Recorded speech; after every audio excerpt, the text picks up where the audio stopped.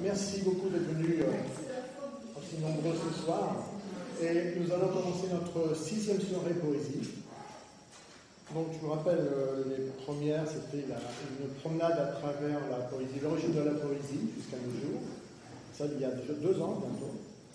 Le poème, une soirée franco-espagnole, qui était vraiment superbe. Ensuite, une poésie de Victor Hugo. Ensuite, les surréalistes, une fois ici et une autre fois à l'Alliance française.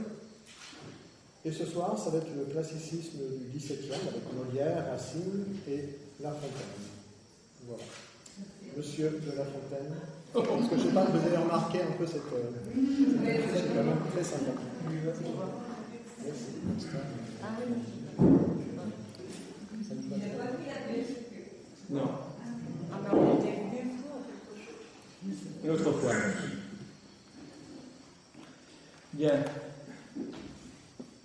Au début du XVIIe siècle, ce n'est pas par la poésie, ni le roman, que va naître le classicisme, c'est par le théâtre.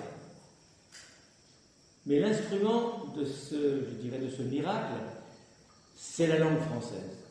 Parce que la langue française est encore toute jeune au XVIIe siècle, elle a à peine 100 ans. Avant ça, il y avait des langues en France, il y avait des départements entiers qui avaient des langues à eux, la langue d'oc, la langue d'oïl, plus des patois partout. Mais on a réuni la langue française, unifié la langue française pendant le XVIe siècle, petit à petit. Et c'est au XVIIe siècle que les règles sont nées de cette langue et que 2 écrivains très importants du début du siècle, Corneille avec ses vers de tragédie